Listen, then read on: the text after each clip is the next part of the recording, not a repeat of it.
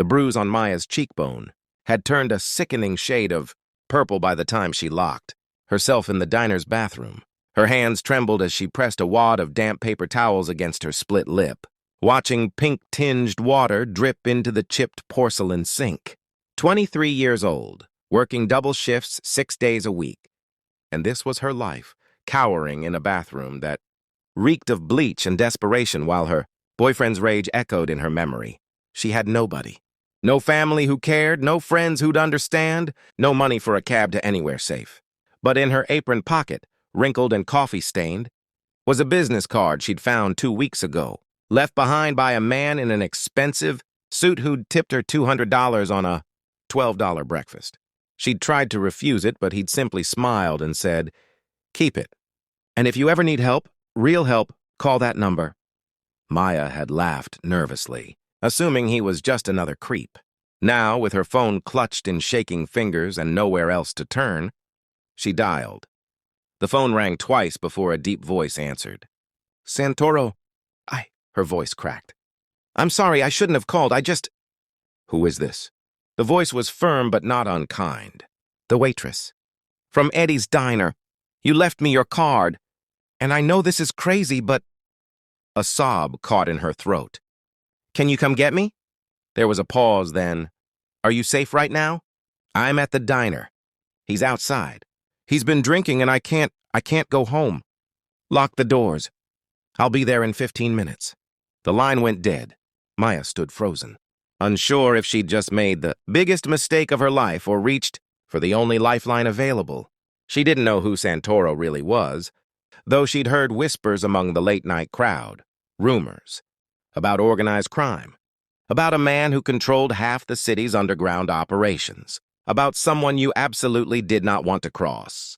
But she also remembered his quiet courtesy, the way he'd noticed her exhaustion and told her to keep the change, how his eyes had held something that looked almost like concern when he'd glanced at the yellowing bruise on her wrist that she'd tried to hide under her sleeve. 14 minutes later, headlights cut through the diner's grimy windows.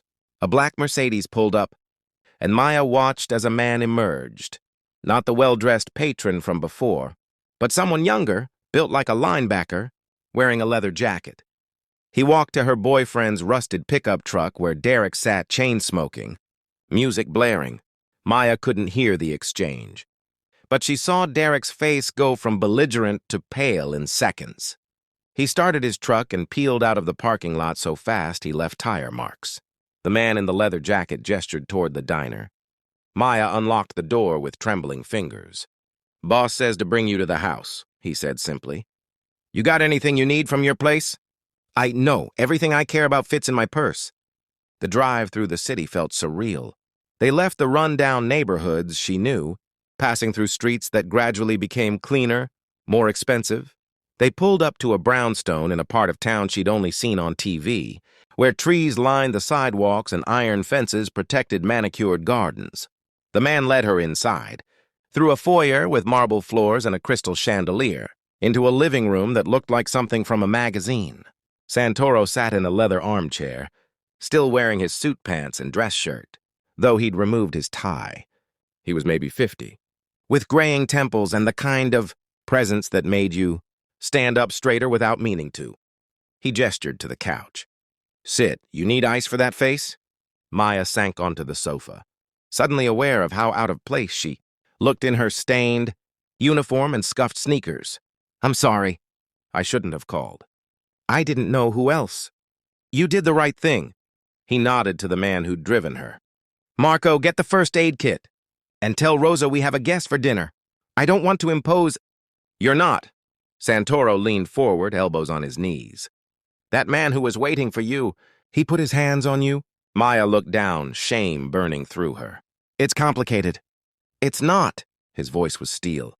"Either he did or he didn't." "Yes." The word came out as a whisper.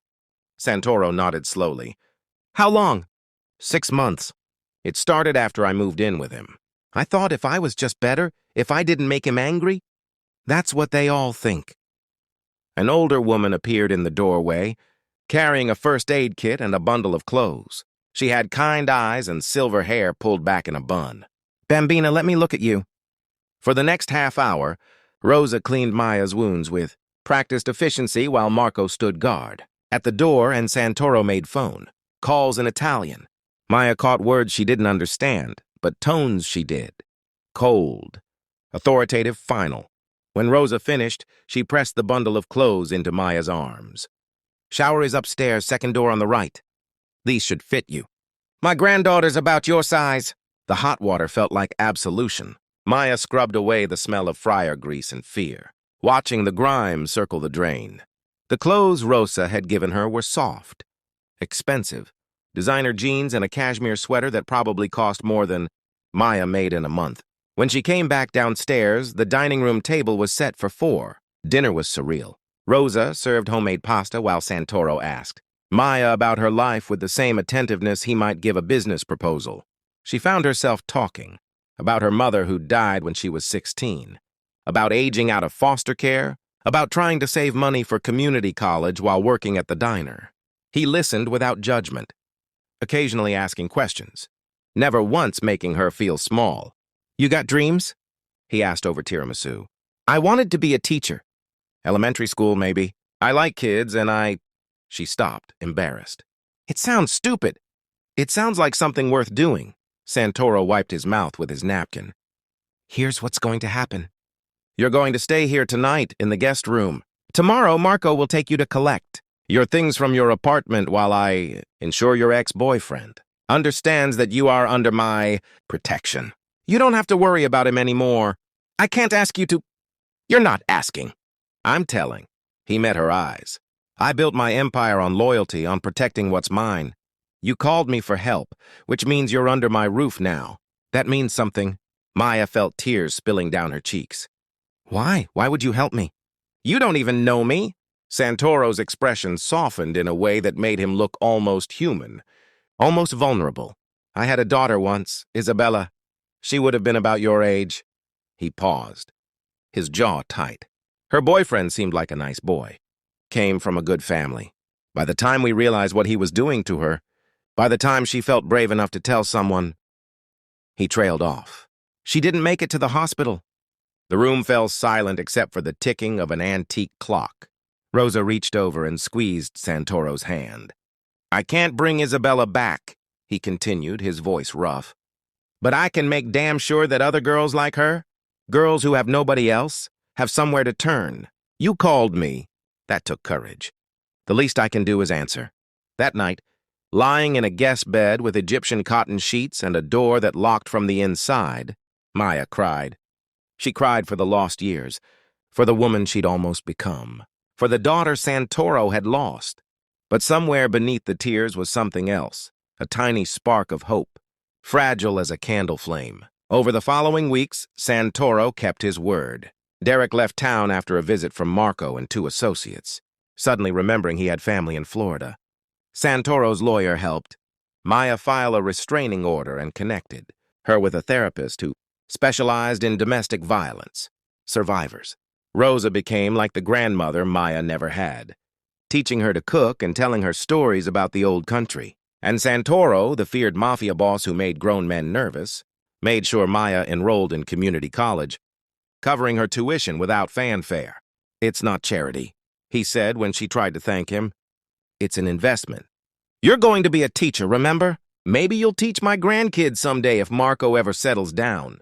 6 months later, Maya stood in Santoro's living room wearing a simple dress, her hair pulled back, her face free of bruises. She'd aced her first semester. The nightmares were fewer. She'd even laughed earlier that day, a real laugh that came from somewhere deep and genuine. I got something for you, Santoro said, handing her a small envelope. Inside was a key and a note with an address. It's a studio apartment. Not fancy, but it's yours. Safe neighborhood, good locks, and the landlord owes me a favor. You're ready to be on your own again. Maya looked up at him. This complicated man who'd saved her life without hesitation, who carried his grief like armor but let her peek beneath it. I don't know how to repay you. You already have. He smiled, a rare expression that transformed his face. You survived. You're building something. That's all the payment I need. He paused. But maybe visit Rosa sometimes. She gets lonely. As Maya walked toward her new life, key clutched in her hand. She thought about how one phone call had changed everything. She thought about kindness in unexpected places, about how even people the world had labeled as monsters could choose to be human when it mattered most. She thought about Isabella, the girl she'd never met but who had somehow saved her life through her absence.